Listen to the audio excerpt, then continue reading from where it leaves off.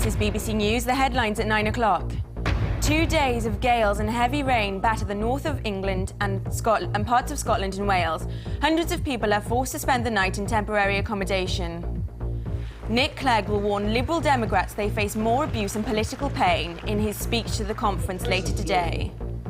The former chief executive of News International, Rebecca Brooks, and her husband arrive in court to face charges relating to the phone hacking inquiry, along with 5 others. A Europe-wide search is underway for the missing schoolgirl Megan Stammers and her maths teacher, amid fears the couple may have already left France. Also coming up in the next hour. Moving on to adult fiction, J.K. Rowling talks about life after Hogwarts, but hints there may be more tales from the wizard world to come.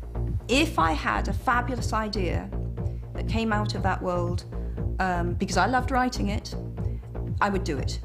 But I've got to have a great idea.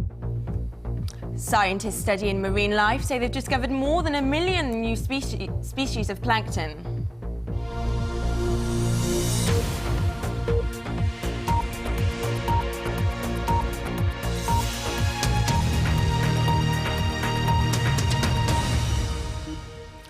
Hundreds of people have spent the night in temporary accommodation after a second day of heavy rain brought flooding and travel disruption to northern parts of the UK.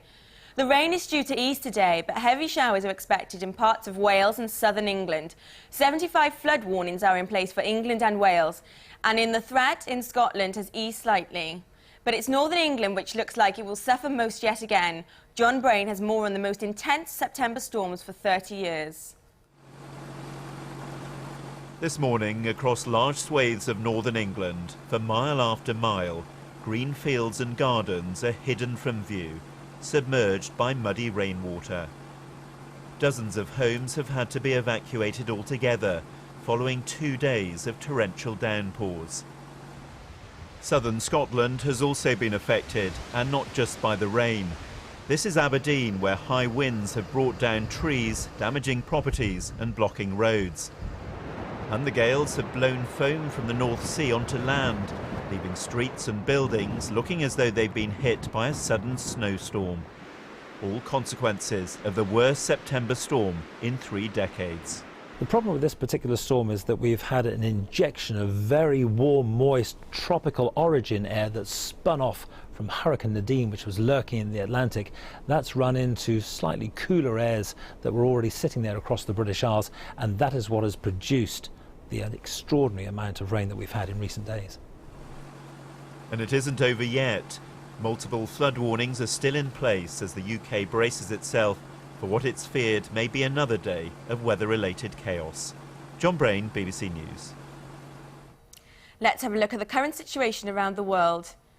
The Environment Agency says 75 flood warnings remain in place in England and Wales, the majority in the northeast of England. A further 122 areas have flood alerts, with increasing numbers in the Midlands and in Wales. And in Scotland, all the flood warnings have been lifted, but there are still 5 flood alerts still in place. For all the latest pictures and video on how different areas of the UK are experiencing floods, you can find an interactive floods map on the BBC News website. Go to bbc.co.uk/news. Nick Clegg will urge his party to stick with the coalition as he addresses delegates on the final day of the Liberal Democrat conference in Brighton. The Deputy Prime Minister will warn delegates that they will need to hold their nerve and accept vitriol and abuse as the financial cuts continue to bite. But he'll also announce extra funding for children struggling with maths and English in their first year of secondary school. Our political correspondent Ross Hawkins reports. Nick Clegg has been doing a lot of explaining. In a blaze of controversy, we have announced that the fees will go up. Even on a school visit in Brighton, they wanted to know about tuition fees. And today, in his conference speech, he'll try to move the conversation on with a new education policy. Secondary schools in England are to get £500 for each Year 7 pupil who has struggled with English and maths. The money will be spent on almost 110,000 pupils to help them catch up. They're worried about dropping behind here too. Nick Clegg will acknowledge some of his party members would like to abandon the coalition now, but he will tell them that they're wrong.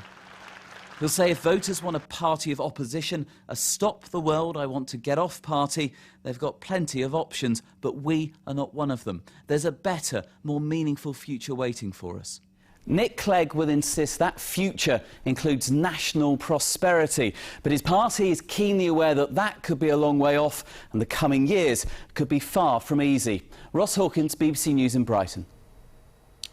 The search for the missing 15-year-old Megan Stammers and her 30-year-old maths teacher Jeremy Forrest has been extended across Europe.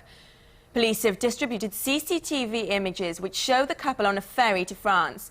It's emerged that an investigation into their relationship had been going on for several months after they were spotted holding hands on a school trip.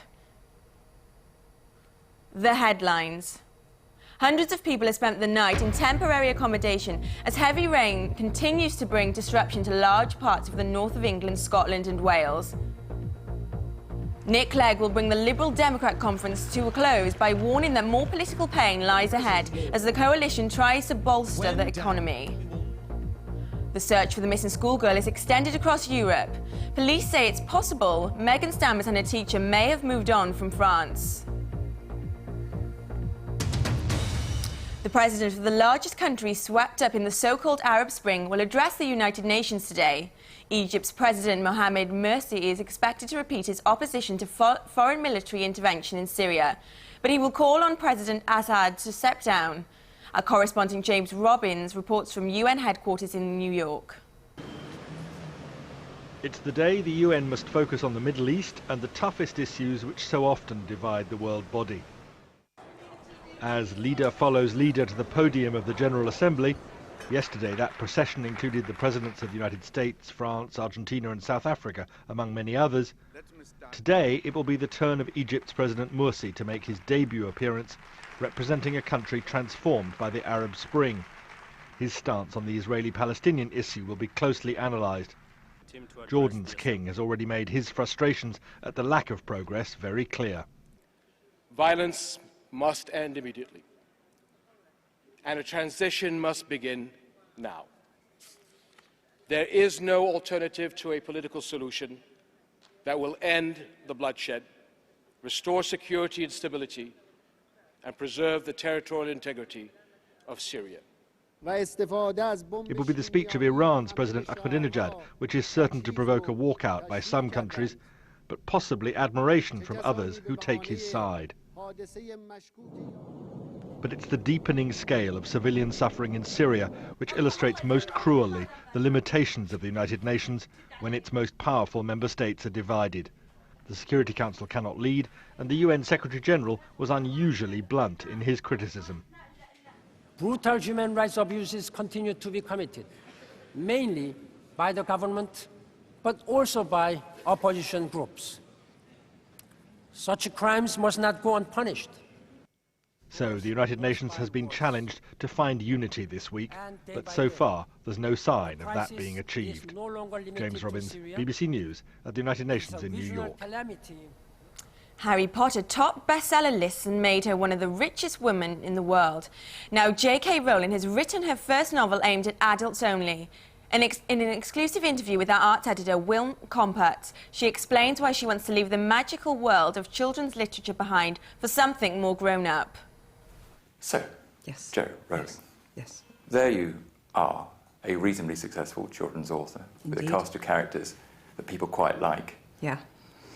Why change horses and courses? Because this is the thing I wanted to write next. It's really not very complicated. I had the idea for it, I knew I would love to write it, and so that's where it all started. Why was it the thing you wanted to write next? The truth is the idea just came to me, and I just had that almost visceral reaction when you're excited about something, you know you want to do it. But I could, I suppose, go back and say, well, it plays into certain themes in my life. In a sense, it's quite a personal book. These are things that I think about a lot. It's personal in the sense that it deals with broad themes that have affected my life in a very real sense. Poverty, for example. Did you have any of those experiences that you projected onto your characters? Self-harming, taking drugs, trying to numb the pain?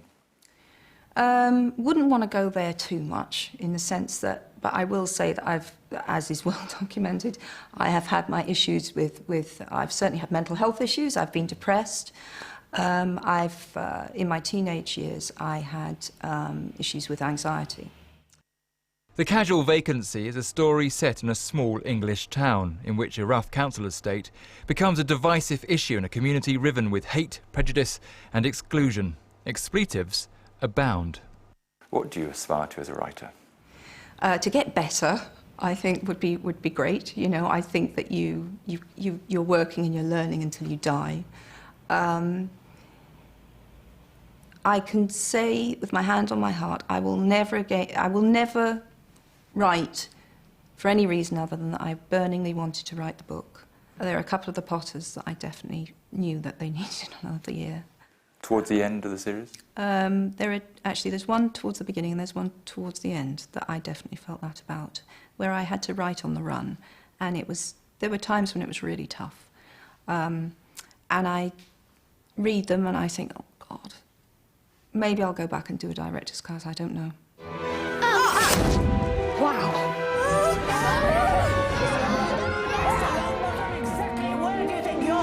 As a writer, you've created a portfolio of characters which connect with millions, maybe even billions of people. It's an extraordinary achievement, truly extraordinary. Surely you can't leave them be. Oh. It was murder saying goodbye, but I truly, where Harry's story is concerned, I'm done.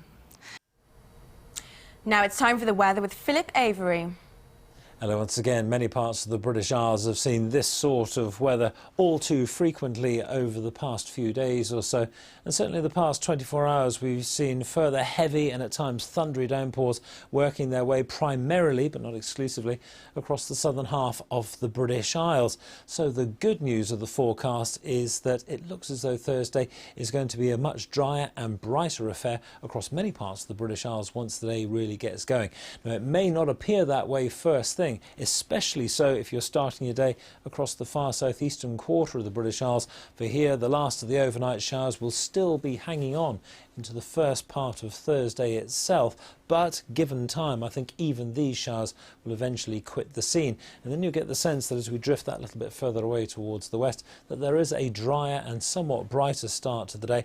It isn't wall-to-wall sunshine by any means at all for the southwest nor indeed a good part of Wales. In fact we will see a scattering of showers here, but at least for the most part it is a good deal drier across the flood affected areas of the north of England. For Northern Ireland the very best of the brightness away towards the east further west. We're getting close to a weather front which is just sort of waiting in the wings. Similar sort of prospect across a good part of Scotland too. The best of any brightness will be found in central and eastern parts. Quite a bit of low-level cloud down towards the southeast of Scotland and certainly to the eastern side of the Pennines. Again, one or two spotty showers there and a lot of low-level cloud as well. Rather a grey start to the day, a rather cool one with the skies have been clear across Scotland. But as the day gets going, so the heavy showers move away. Yes, there will be a sprinkling of more seasonal showers, shall we say, and all the while the cloud will fill in across western Scotland and through Northern Ireland, and eventually that rain will turn up. Now out of Thursday on into Friday, so we'll find this band of weather gradually sink its way ever further south across the British Isles, and following on behind some really quite blustery showers for a good part of Scotland, the far north of England